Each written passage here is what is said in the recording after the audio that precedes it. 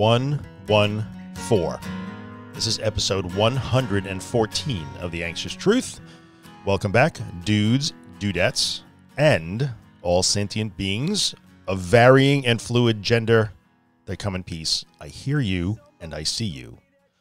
Pull up a chair. Let's talk about the idea of seeking certainty in the world where none is ever going to exist. How this premise fits into the whole anxiety thing. Where is it in your anxiety disorder? How is it fueling your anxiety? How is it making things worse? And we're going to look at the paradox of why seeking certainty and looking for that 100% ironclad guarantee that bad things won't happen actually makes it harder for you to assess real, existent, real life, true threats in the world. So the search for certainty is actually self-defeating. When we search for certainty in an irrational way, as we tend to do when we're in the grips of an anxiety disorder, we're literally eroding our ability to handle true, real life, actual uncertain situations that require our attention and our action. All right, so let's get into this. Before we do, I'm going to do the 15-second version of like book advertisement, the anxioustruth.com/recovery guide. I am proud of this book. I'm sorry, I just am. Just based solely on the feedback that I'm getting from the people who are reading it and digging it and using it, and it's helping them. Yeah, check it out. It's essentially everything you have ever heard me say on social media, on a podcast, and all these different channels, except much deeper in detail and organized in logical sequence, like a course in recovering from an anxiety disorder.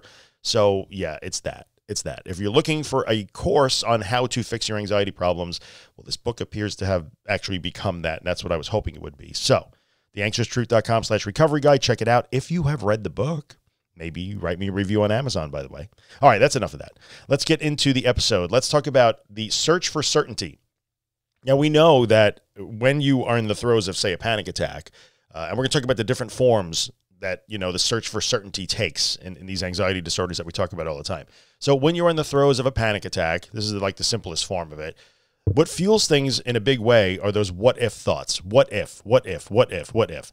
And it's why I've said things, and sometimes they're controversial things, like in the middle of a panic attack, when you are just, you know, engulfed in a tidal wave of high anxiety and panic and irrational fear, positive self-talk and positive affirmations and thought checking and all the cool CBT stuff that I do love so much goes out the window. And why it goes out the window is because there's that underlying search for certainty and 100% guarantee of safety that underlies most of that.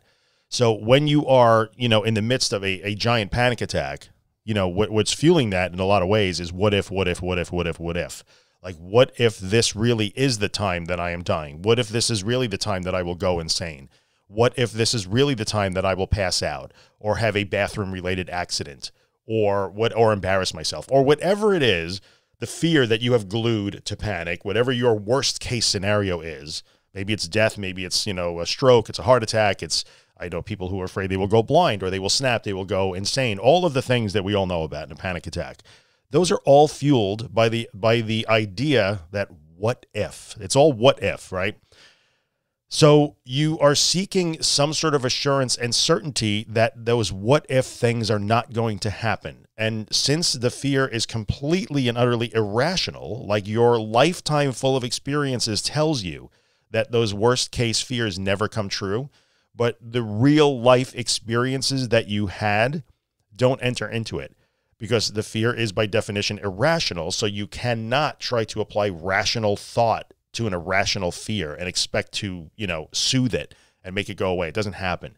So in the midst of panic, you know, super high anxiety waves and panic itself, we are seeking certainty because we want assurance that all those, oh my God, the thoughts that come during panic that all start with, oh my God, and what if, that's the need for certainty. The need for 100% assurance that you are actually safe in that moment. And even though reality has told you that you always have been safe in that moment, it doesn't matter when it's happening, right? So that's one way that we try to seek certainty. We want absolute assurance that what we fear won't happen. And no amount of logic in that situation will actually provide that. It may provide it from moment to moment, but just when you kind of have yourself convinced that like, oh yeah, I've had a bunch of panic attacks before, you know, you're trying to talk yourself out of it. Oh, this has happened before. It's okay. It's fine. I'm fine. I'm okay. I have this. I'm strong. I have it. It'll pass. There's always that little voice that says, yeah, but what if this is the time? What if this is the time? And it shatters that illusion of 100% certainty and ironclad guarantee of safety. It shatters it. Right. So, and that's what fuels this stuff in so many ways, the search for certainty. So that's kind of on a micro moment to moment level during a panic attack. For people who are dealing with rampant health anxiety, for instance, even people who are dealing with things like social anxiety, the search for certainty has a more macro scale to it. It kind of stays with you all day long, where you get stuck in those overthinking patterns of, well, what if I get sick? Well, what if this pain in my hand actually means this? What if? I better Google, I better ask, I better search, I better ask a doctor, I better get on my favorite anxiety forum and ask if anybody else has ever had a pain in their hand and what did it mean? And did you have any tests? And what did it turn out to be? People who deal with social anxiety are dealing with the uncertainty of how they will be perceived by the outside world in given contexts and situations and interactions. You know, what if somebody judges me? What if they think I'm too much? What if they think I'm overbearing? What if they think I'm annoying?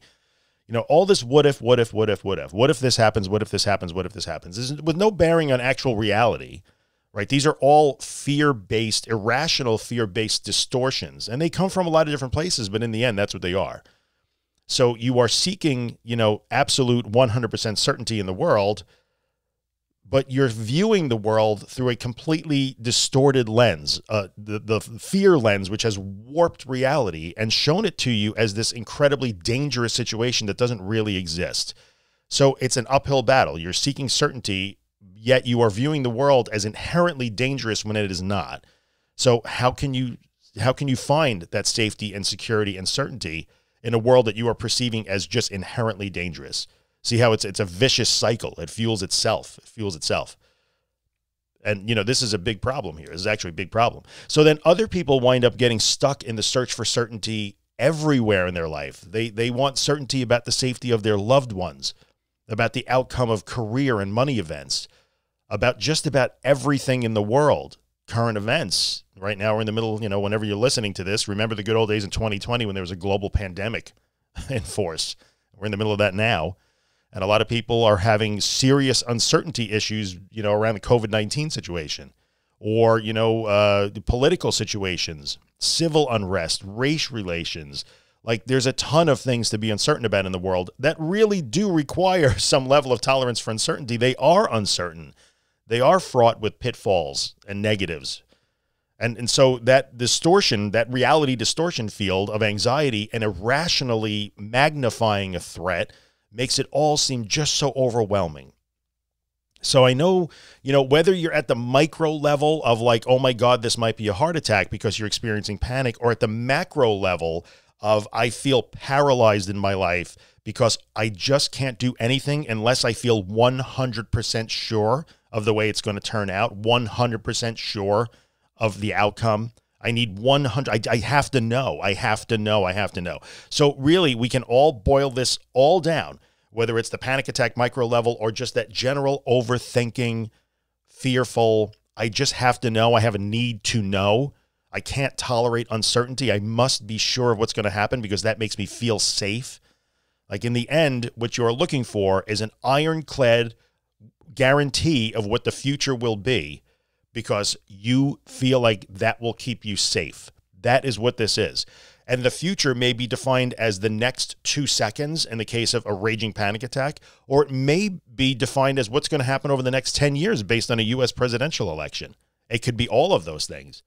But in the end, you know, if you are racked by this to the point where it is just fueling more and more anxiety and you feel crippled because you cannot take steps forward and you can't make change and you're having a hard time just coping on a daily basis because you've got this intense need to feel safe, and you think that somehow coming up with a mental model of the future that predicts the future and makes you prepared for every possible outcome keeps you safe, and that's just not true.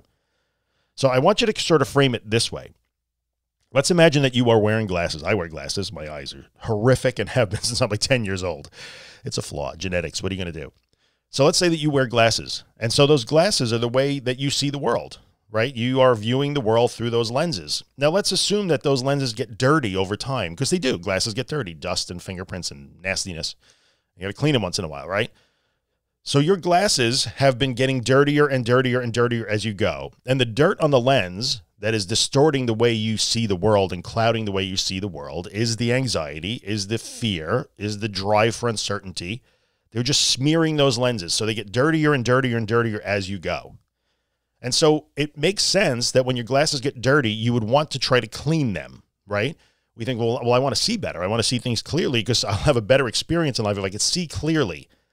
So, you know, in the real world, if I want to clean my glasses, I get out a little lens cleaning cloth. Maybe I'll squirt it with some lens cleaning solution and I take the dirt off it. And oh my God, I can see again. I go about my way. It's great, right? Anybody who wears glasses knows what I'm talking about. Anybody who's ever had to clean the windshield of your car knows what I'm talking about. But here's where this analogy gets interesting for those of us who are dealing with an anxiety disorder and whose actions are generally governed and advised by that underlying fear and irrational fear and overthinking and overanalyzing and being on guard and being hypervigilant all the time for threats of varying types, be they in your own body or outside in the world, whatever it is. If you are viewing the world through those type of lenses, then every time you try to clean your glasses, clean those lenses and get a clear view of the world, you're actually spreading more dirt on them. So you're not cleaning your glasses, you are making them even dirtier. Think about that for a second. Every time you respond to the feeling of insecurity or vulnerability, or you feel unsafe, or you feel threatened, or you feel unsure, whether that's unsure about the next 2 seconds in a panic attack, or whether that's unsure about the next 10 years of your life, when you respond to that fear by trying desperately to run at any sort of certainty that you can manufacture in your brain, you got to think, I got to think, I got to think, what if, let me analyze, let me think. I hear so many people who proclaim that, well, this is crazy, this COVID thing, it has me spiraling. I can't help it. I must think about things all the time. Well, you can learn to not do that. But when that is your response to that fear, when your response to the fear driven by uncertainty at a micro or macro level is to just try harder to find some sort of certainty or ironclad guarantee, then you are essentially cleaning your glasses with more dirt. That can't be the continuous response to that feeling. That's a habit that you've built over time, and a habit that you are making stronger and stronger. You're just ingraining it. So when you feel uncertainty, what you are essentially doing is responding to it with a desperate, harder search for certainty. Like, I need this ironclad guarantee. I need to know what the future is. I need to know. So therefore I need to think about it. I need to think about it. I need to think about it because I think that's going to give me certainty and keep me safe. But that's not true. That's not true. You can't get this thing, so you try even harder to get this thing. But in the end, what you're missing is that you don't actually need that thing. You don't need certainty to be safe in the world. You don't. Like, all of life is uncertain every single day. That is truth. We are not guaranteed anything in this life. So when you are trying to live a life that is governed and directed by being certain and safe and always sure that nothing bad will happen, and you think you're going to achieve that by engaging in your safety rituals and behaviors during panic and anxiety waves, or by your overthinking, or by your checking and scanning and Googling and asking in doctor visits for health anxiety, right?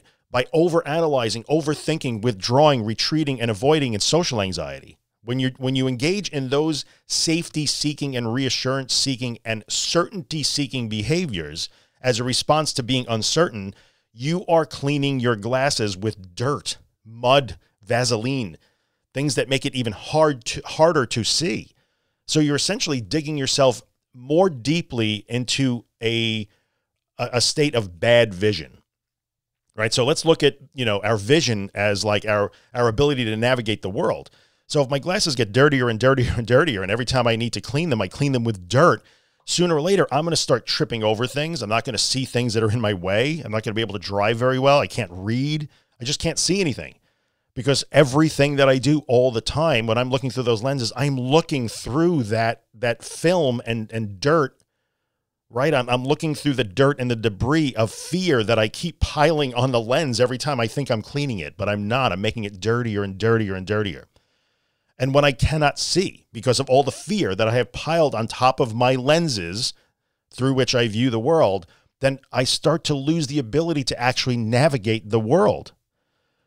So I want you to understand that you are, in many cases, remember, the dirt on the lens is the distortion. So you see the world as scarier and scarier and scarier and scarier.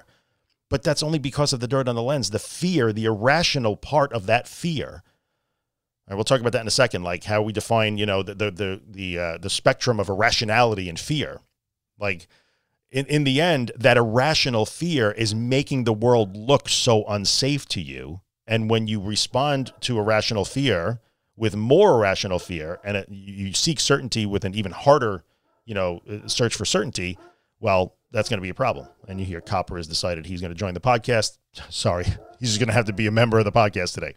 But when you respond to uncertainty with an even more desperate attempt to try to find certainty, well, that's a problem. You're piling more and more dirt on your lens, and you're magnifying that distortion. You're magnifying the irrational fear that starts to inform all of your actions are based on irrational fear. So let's talk about the spectrum of sort of that irrational fear. Like the irrational fear could be, well, even though I've never actually had a stroke or never passed out or never gone crazy during a panic attack, well, I might still have it. So there's the irrational fear that says I'm going to completely and utterly ignore reality completely and just make up my own, version of reality and govern myself based on that. So even though after 17,000 panic attacks, none of those things has ever happened, and you guys know what I'm talking about if this is your problem, it doesn't matter. I'm going to throw away all those 17,000 experiences and only act based on what's in my head. But what if this time? What if this time? So that's one form of irrational fear. So if you're dealing with panic attacks and things of that nature that lead you to become agoraphobic, then this is part of your irrational fear. On the other side of irrational fear is I'm going to take a real threat or a real possibility for something negative to happen, and I'm going to magnify the probability of that by 1,000,000 times. 1,000,000 times. So is it possible that you may become ill one day in your life? Seriously ill? It's possible.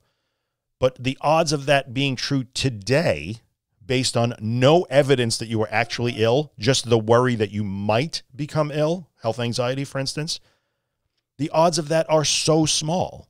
There's no indication that reality says that you are ill or becoming ill. So you are taking something that has a real possibility and magnifying the probability of it happening 1,000,000 times.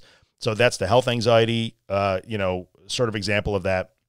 A lot of people just look at, well, what if we have a car accident? We're driving my family. What if it's not safe? What if this thing happens to my kids? What if there's a danger to my kids?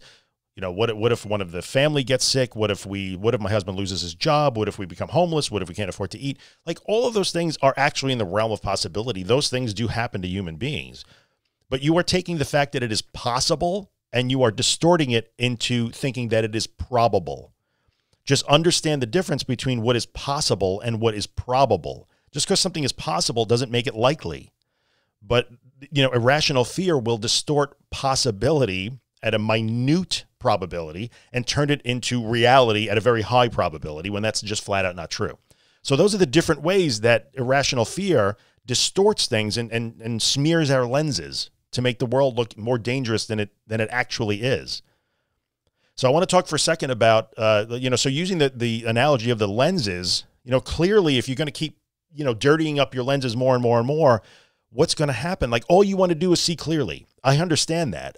All I wanted to do was see clearly. I didn't want to have panic attacks. I didn't want to be afraid of going out of the house. I didn't want to be afraid of driving 8 minutes to my office. I didn't want any of those things. I know you don't want these things in your life anymore. You don't want to be gripped by overthinking. You don't want to be crippled by indecision. You don't want to be crippled by panic. You don't want to be frozen by anxiety and fear and uncertainty. I understand that. So all we want to do, metaphorically speaking, in this particular analogy, or if it's a metaphor, it's an analogy, I don't know. But all we want to do is clean those lenses and have a nice clean pair of glasses to see the world through. Like, oh, that is so much better. Like all we want to do is clean our glasses and see the world a whole lot better, except we're making it worse. We're making it worse. Let's talk for a quick second about, let's talk a little bit of science that goes behind this. Let's talk about a concept called cognitive load. Cognitive load is a concept used in cognitive science, behavioral sciences, to start to study and describe like the ability of the typical human being to process multiple things. How many things can we think about and process at the same time? Like, this is important. So I'm not going to get deep into it, but you know, I'm using the glasses analogy as like a layman's, you know, way to describe it and an easy to visualize way to describe it. But underneath that, one of the things underneath that is the concept of cognitive load. And when we research that, we see that, you know, human beings exist in a pretty narrow range of what we can process simultaneously. And we could talk about how, you know, simultaneous processing isn't truly a thing. We're just tearing down and building up mental models really quickly. Some people do it faster and slower, whatever. But in the end, cognitive load is germane to this discussion because we know when we study that over and over and over that human beings have a reasonably limited ability to process a lot of things at the same time, or seemingly at the same time. We're not good at it. We're just not. Some people are better at it. Some people are worse at it. But even when you take like, you know, the worst people and the best people, that range is pretty narrow. Pretty narrow. So I want to bring that forward a little bit and say, how can we use cognitive load to sort of visualize what we need to do here? It's part of the way we need to clean our lenses, our figurative lenses, right? So if you are going to walk around and you are going to continually pick up every issue that you see in front of you through this distorted lens and carry it with you, like now I got to carry this fear, now I have to carry that fear, now I have to carry this thought, I got to think about that, I got to plan for this, I need this. You're just stuffing things into like the bag that you are holding in your hand. You are filling the sack that you have in your hand. You're filling the bag, right? Sooner or later, you will not be able to walk because you are carrying a giant bag load of things. So the act of carrying the bag by itself becomes the only thing that you can actually do. So let me repeat that. If you are going to walk through life and continually pick up every issue you see in front of you and hang on to it like, I need this, I need this, I need this, I got to bring this, I got to think of this. Those are your fears. Those are your thoughts. Those are the sensations. Those are all the things that you do to try and keep you safe from those things and guarantee that they don't mean certain doom.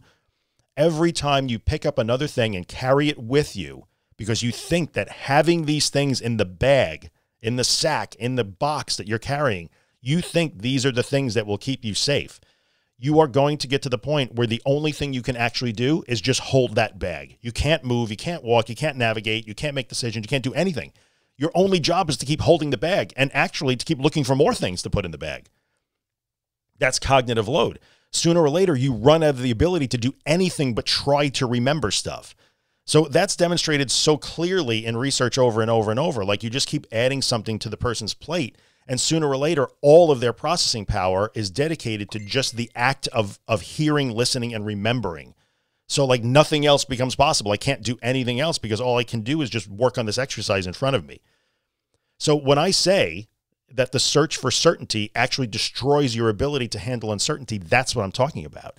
You become so engrossed in the search for certainty in a context where you don't need that certainty, that when you actually need to display some sort of tolerance for a real threat, you need to assess a real threat, you need to actually respond to true and present uncertainty, and you need to take action to navigate that in the world, which we all do every day in our lives, you can't.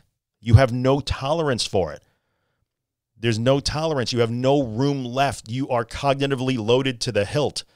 So you are so busy worrying about all the things that you can't control and don't need to, that you cannot exert any sort of control or respond in an appropriate way to the actual real life challenges that stand in front of you. And those may be very tiny challenges like, oh, I have to put gas in the car or else I'm not going to make it to the supermarket. That's a challenge. Like, that's a thing. Do I have enough gas to get there? That's uncertainty. That little tiny thing right there is a little bit of uncertainty. But like, you know, if you're not carrying around a giant bag full of 7,000 pounds worth of thoughts and ideas and safety behaviors and rituals and like, this keeps me safe. If you're carrying that giant bag, then you can't even recognize that little bit of uncertainty. Like, you don't know, like, should I get gas? Should I not get gas? And I mean, I'm guessing that at least a few of you listening to this have been in that literal position where getting said, like, it's hard enough to get out to the store. Like, oh my God, if the car doesn't have gas, that means I might have to stop for gas. Can I make it? Can I not? That becomes overwhelming just by itself because you have hit the limit of your cognitive load. If we want to look at it scientifically, that's an oversimplification of what cognitive load is. I understand that. but I think it's a good illustration. Your glasses cannot get any dirtier. They are so dirty that you simply cannot see. You are only looking at the inside of the glasses as you go through life now. You are only looking at all the stuff you have smeared on those glasses in layers and layers and layers and layers. So you have lost sight of the actual world. So this is what I mean when I, posted on my Instagram and on social media that this was, going to be the topic of the conversation today, that the obsessive search for certainty is actually destroying your ability to navigate instances where there really is uncertainty, however minor it may be. That's what I'm talking about. So, of course, we have to say, well, what do you do about that? What do you do about that?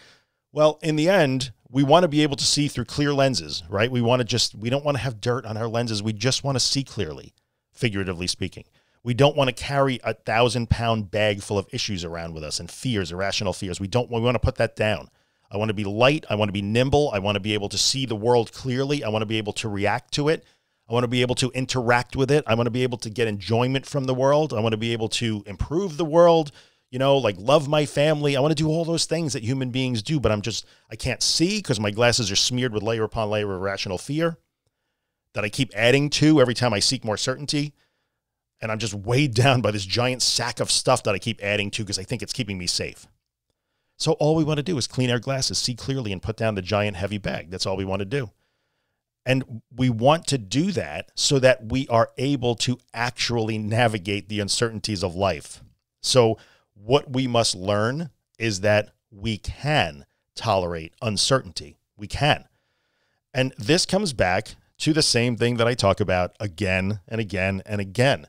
And it's the part that I know everybody hates to hear. I don't have any magical, enlightening things to tell you. I've now spent 25 minutes trying to paint a picture of why this is true so you can see what's going on here, and using clever analogies like glasses and talking about cognitive load and filling a giant sack and having to carry it around. But in the end, all those clever analogies and moments where you're like, oh, aha, I never thought of it that way. That's awesome. But those moments by itself don't actually solve the problem. Now that you maybe be aware of this problem, and you weren't before, that's great. But now that you're aware of it, what can you do about it? And unfortunately, what we have to do is the thing we always have to do. So when you are feeling like I must think about the future, I must think about everything, I must think, or I must retreat, or I must protect, or I must perform my rituals, or whatever it is, I must do my thing that keeps me safe, you have to learn to not do that. Do not do that. And I know you're going to say, but how do you just stop thinking? Well, you can learn to stop thinking. I've spent 5 years talking about these sort of systems that we use to do that. The ability to focus your mind, the ability to quiet your mind, the ability to relax your body, the ability to breathe properly. These aren't magic, but these are the skills that we can actually learn when we need to. I can disengage from this thought pattern. I'm still going to hear it. The thoughts will still be screaming at me. You better think about this. What if this happens? What if this happens? But I don't have to respond by chasing them and getting on the hamster wheel. I'm like, oh, I know I better think about this. We better talk about this. And you're talking about it with yourself most of the time. You can stop doing those things. But when you do that in a panic attack, when you just relax and just let it come and get you and kill you, you are facing the uncertainty that you fear so much. What if this is the time that it really does kill me? You are facing that square in the face without trying to achieve safety or a guarantee that you're okay. So what we are learning when we do these things, when you relax in the face of a panic attack, when you try and quiet your mind and refocus and put your attention out from behind your own eyes, when you find yourself in that thought spiral, I got to think. Whoop, hang on. Let me relax my body. Let me go to my breathing. Let me do 3 minutes of that basic meditation skill where all I do is focus on my breath and I let the thoughts just go there and then leave.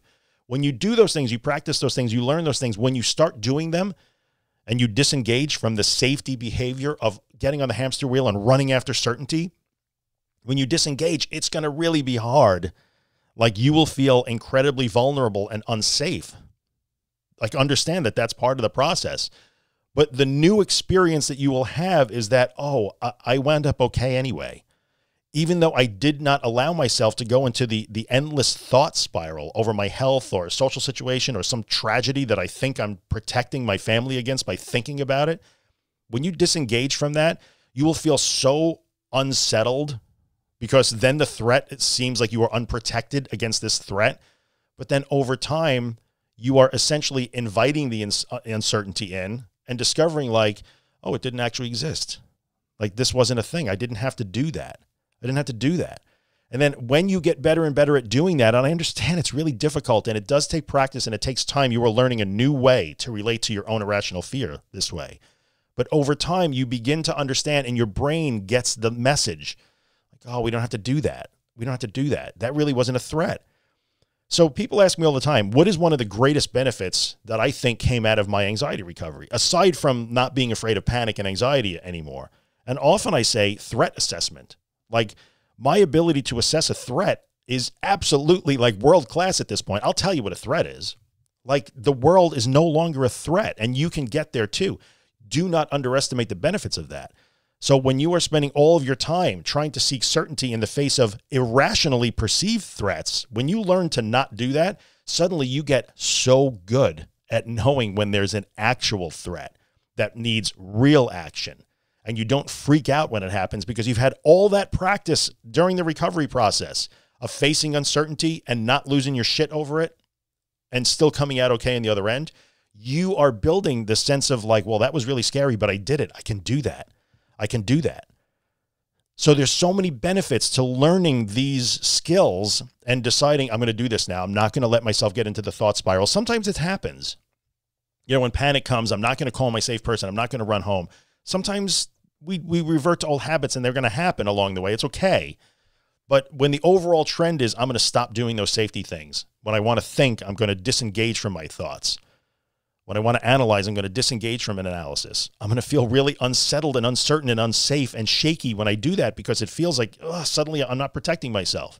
But over time, you learn you never had to protect yourself. And you learn that you can tolerate the distress of uncertainty. It's imagined uncertainty at that point, but it's uncertainty in your brain nonetheless, so it counts. Like you are teaching yourself that, oh, I have the ability to actually navigate and tolerate uncertainty. I have the ability to tolerate a little bit of distress. I have the ability to tolerate what I believe is the unknown. So you are accomplishing so many different things. And when you come out the other side of that, suddenly you are way better at life. I'm telling you right now, you are way better at life. So the paradox here in the end is that when you live your life deciding that, well, I must seek certainty because that's my thing, it just makes me feel better, you are actually undermining the very thing you hope to achieve. In the end, it gets to the point, like, and look, everybody sometimes does this. You know, I'm going to say, you know, air quotes, normal people who aren't listening to the podcast, they don't have this problem. So normal people sometimes have that happen too, right? Like regular people just sometimes get a little bit caught up in an issue like, oh, this seems like such a terrible thing. And the next day they think like, man, it doesn't sound so bad. Let's get to work here. Let's fix this. So that's the way like the so-called normal people would do it. When it gets to the point where you are consumed by these things all the time and they govern your every move, which can happen in these disorders that we talk about, then that thing where you think that, well, I must seek certainty. I feel better when I'm uncertain. Like, yeah, I know, Drew, like I have to be okay with being uncertain, but I just can't do that. I need certainty. I have to know. When you declare that, you are undermining the exact thing that you are so desperate to get. You are destroying your ability to tolerate real uncertainty in the world, actual uncertainty instead of irrationally magnified or manufactured uncertainty. You're destroying your ability to actually navigate uncertainty, which is just a part of life. So, you know, I don't want to go too much longer here. We're over 30 minutes already, but I think there was a lot to say on this. Remember all these things that you are likely doing. You know, you just want clear lenses so that you can navigate the world and live a normal life. And every time you try to clean your lenses with safety behaviors and rituals designed to achieve an ironclad guarantee and certainty, you are adding more dirt to your lenses. Every time you react to that uncertain feeling by picking up thoughts and jamming them in the bag and issues, I better carry this, I better carry this, I better carry this, I better not forget that, you are adding to your cognitive load, and therefore you have no ability to do anything but hold that bag. So you are not going to achieve certainty at all. That's a myth. And you are going to be less able to actually navigate whatever circumstance does really pop up. So yeah, the obsessive search for certainty literally destroys your ability to handle uncertainty. And uncertainty is just a part of life. I don't have a podcast episode where I can make that not true. It's true. And it will remain true for as long as there are human beings in the universe. And there you go. I probably laid a whole lot on you in this one. I understand that. And it's funny, as time goes on and I do more and more episodes, I'm always sometimes surprised at the things that I have forgot to talk about up until this point. Like, this is something I probably should have addressed 3 or 4 years ago in the podcast. But for whatever reason, I didn't. And I start to learn, like, oh, no, this is a big issue. This is a central topic for so many people. So there you go. Anyway, I appreciate you guys coming by. Where are we? This is 114. So 115 next week. As usual, I'm going to ask that if you are listening on iTunes or any place where you can rate and review the podcast, maybe leave a rating and a review. It helps other people find the podcast. Again, I urge you, if you are digging the podcast and you have questions and you want to say, well, how I can tell me more here. You know, can you tell me more? Can you answer this question or that question? Check out the book, theanxioustruth.com/recovery guide. Theanxioustruth.com/links is all my social media links. Go join my Facebook group. It's freaking amazing. Like, if you're not in it, get in it. Like, we'd love to have you and have you participate in the group. You'll be so inspired by what goes on in that group. I'm super proud of those people. Okay, I think I've done all the housekeeping. I hope that this has been helpful to you guys. We'll probably revisit this in some way, shape, or form over the next, however many months. I'm quite sure. Next week, I'm pretty sure I have a guest, so it's going to be good. Come back then. I appreciate your support, as always. Oh, by the way, I probably have 10,000 Instagram followers right now. There's a very good chance today will be the day that I hit 10,000. So for those of you who have been supporting me on social media and all those different channels, thank you so much. I appreciate it. I appreciate you coming by today, giving me your time, taking a leap of faith with me, and allowing me to try to help you. It is an honor and a privilege. I will see you guys next week. Here's Afterglow by Ben Drake. Check him out. Facebook.com/Ben Drake Music. Thanks, Ben. No looking back or dwelling on the past. You know you'll never get another chance. So go and live your life.